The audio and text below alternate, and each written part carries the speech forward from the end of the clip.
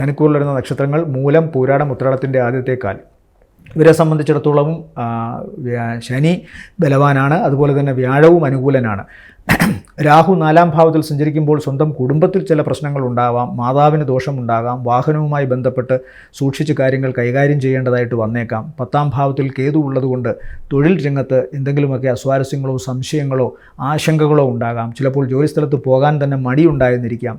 തങ്ങളെക്കുറിച്ചുള്ള മതിപ്പും തങ്ങളെക്കുറിച്ചുള്ള മോശപ്പെട്ട അവസ്ഥകളുമൊക്കെ ഓഫീസിൽ ഒരു സംസാര വിഷയമാകുന്നു എന്നുള്ള ആശങ്കയുണ്ടാകാം. തോൽവിയുടെയോ അല്ലെങ്കിൽ മറ്റേതെങ്കിലും തരത്തിലുള്ള അപഹാസ്യതയുടെയോ തോന്നലുള്ളതുകൊണ്ട് കർമ്മരംഗം ഇവർക്കിപ്പോൾ ഏതെങ്കിലും തരത്തിൽ ദുസ്സഹമാകാനുള്ള സാധ്യതയുണ്ട്.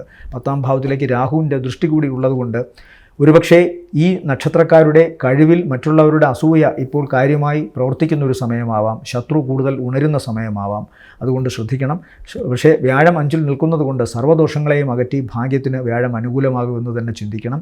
ചന്ദ്രൻ്റെ രാശികൾ തുടക്കത്തിൽ 3-ലും പിന്നീട് 4-ൽ 5-ലും 6-ലുമൊക്കെ സഞ്ചരിക്കുന്നത് കൊണ്ട് 3-ാം ഭാവത്തിലെ തുടക്ക ദിവസങ്ങൾ, അതായത് ഞായർ തിങ്കൾ ദിവസങ്ങൾ ഗുണകരമാണ്.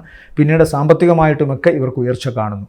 പൊതുവെ ഈ ആഴ്ച ഭാഗികമായ ഗുണമാണ്, സാമ്പത്തികമായും പ്രവർത്തനപരമായും വളരെ നല്ലതുമാണ്. ഇവരെ സംബന്ധിച്ചിടത്തോളം ഈ ആഴ്ചയിലെ നല്ല ദിവസങ്ങൾ 14, 15 പിന്നെ 20 താരതമ്യേന ഗുണമുള്ള ദിവസമായി കാണുന്നു.